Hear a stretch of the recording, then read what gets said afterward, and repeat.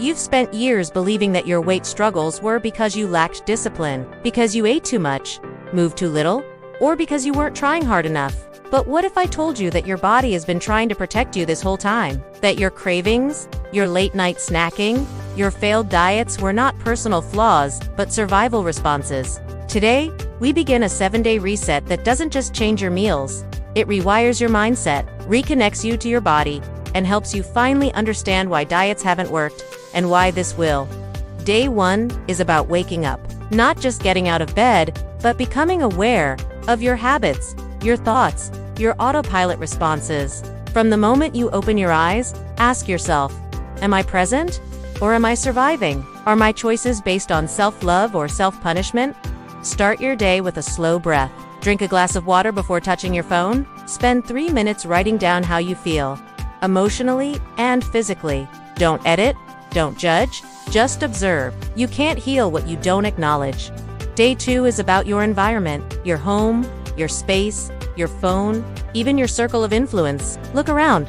What foods are visible in your kitchen? What kind of voices fill your feed? What messages are you absorbing daily? Today, clear just one drawer, one shelf, one section of your fridge. Remove the things that scream quick fix or guilt. Replace them with whole, living foods. Make a playlist of music that calms you. Light a candle that smells like safety. Your body responds to your environment more than you know. Create a space that feels like nourishment, not control.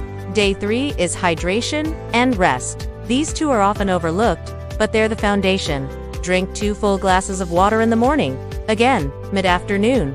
Rest doesn't mean sleeping all day. It means letting your nervous system take a break. Turn off notifications for an hour. Close your eyes for 10 minutes in silence. Breathe into your belly. Let your shoulders fall. Stretch your back. Say no to one thing today that drains you. This day is about reminding your body it doesn't need to be in survival mode, that you are safe, that it's okay to slow down. Day 4 is about movement, but not the punishing, treadmill torture kind. It's movement as celebration. Dance to one full song like no one's watching. Walk in your neighborhood and notice 5 beautiful things. Do 5 squats before you shower. Stretch your arms as wide as you can and feel your heart open. Movement doesn't have to be structured to be powerful. When you move with joy, your body remembers what freedom feels like. You reconnect to the version of yourself before shame was attached to your body. Day 5 is food, but not as control, as nourishment. Make one meal today with intention. Choose ingredients that grew from the earth. Chop them with care. Smell them, touch them, thank them. Sit to eat. Don't rush. Don't multitask. Chew slowly. Close your eyes between bites. Think about how many Bodhis had to work to get this food to your table. This is presence. This is gratitude. This is healing. You'll be surprised how different food tastes when it's not tangled in guilt. Day 6 is healing the mental chatter. Today, every time you hear yourself say something cruel in your head, I am so fat, I'll never change. I am disgusting. I want you to stop and ask, would I say that to someone I love? Then say the opposite. I'm worthy. I'm trying. I'm healing. Your thoughts are not facts. They are habits. And habits can be rewritten. This is not toxic positivity. This is neuroplasticity, the brain's ability to form new connections. Speak to yourself with the same compassion you would offer a child. That voice will guide your transformation. Day 7 is reflection. Look back on this week, not with judgment, but curiosity. What surprised you? What felt good? What felt hard? What are you proud of? Write down 3 things you felt in your body this week that you don't usually feel. Peace, energy, lightness, and then write one sentence that begins with, I'm becoming. This reset isn't about losing weight. It's about losing the layers that aren't you. The shame, the pressure, the false beliefs. It's about remembering that your body has never been the enemy. It has always been trying to keep you safe, even when it looked like sabotage. When you treat your body like a partner instead of a project, everything changes. You start to crave differently, move differently, live differently, and from that place, weight loss, if it comes, is no longer about fear, but alignment.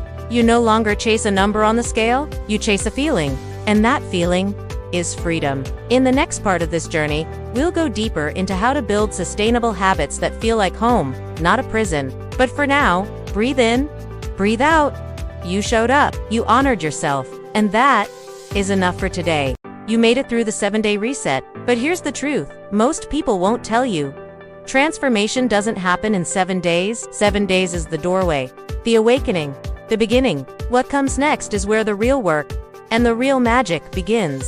So, now that you've laid the foundation, we need to build the structure, and it starts with one word: identity. Your identity is the hidden force behind every choice you make. It determines what you tolerate, what you crave, what you fear, and what you believe is possible for yourself.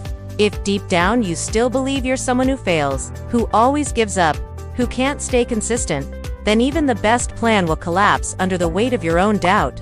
So our first mission is this: rewrite your identity, not by faking confidence, but by showing up as the version of you who already exists inside. Begin every morning by asking, who do I want to be today? And what would that version of me do right now? That version might drink water instead of coffee first. She might stretch before checking her phone. He might prep a meal instead of ordering takeout. These are not drastic changes. They are subtle shifts. But subtle shifts, repeated daily, become identity. Your brain doesn't change with intensity. It changes with consistency. Next comes routine. Not rigid, not punishing, aligned, supportive, sustainable.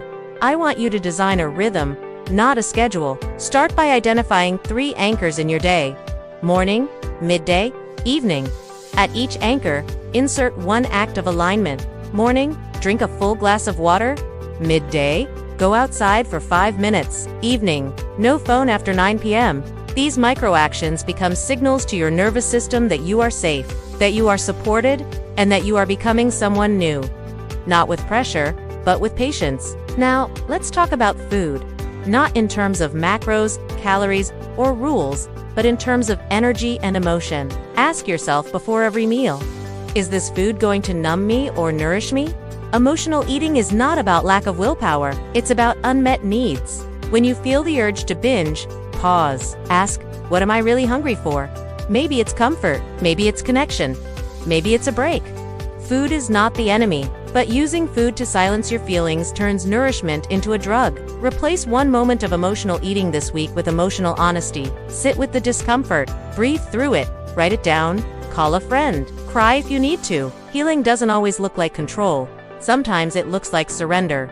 Next, movement. I'm not talking about workouts. I'm talking about embodiment. When was the last time you danced, stretched, walked barefoot on the grass, or felt your heartbeat without judgment? Your body is not a machine.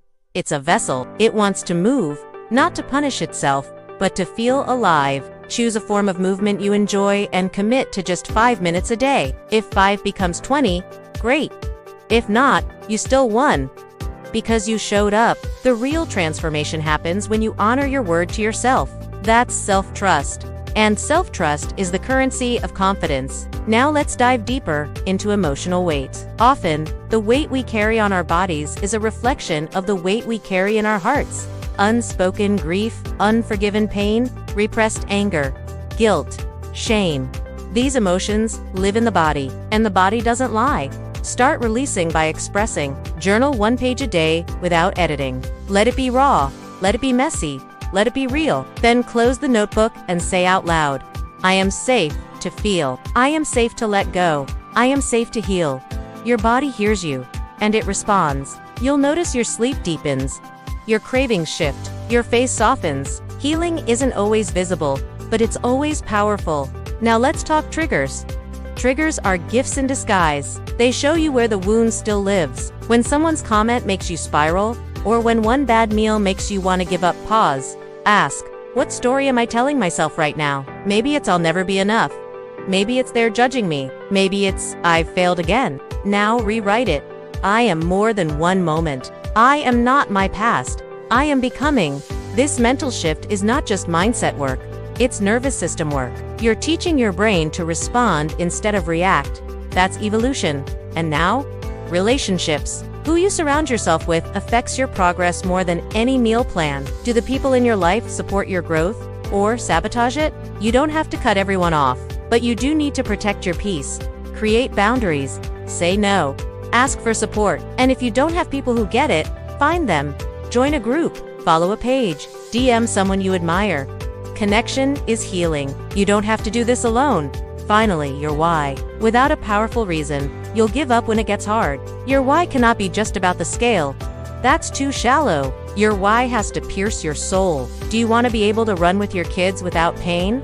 Do you want to wake up with energy? Do you want to break the generational cycle of self-hatred? Write your why and read it every day.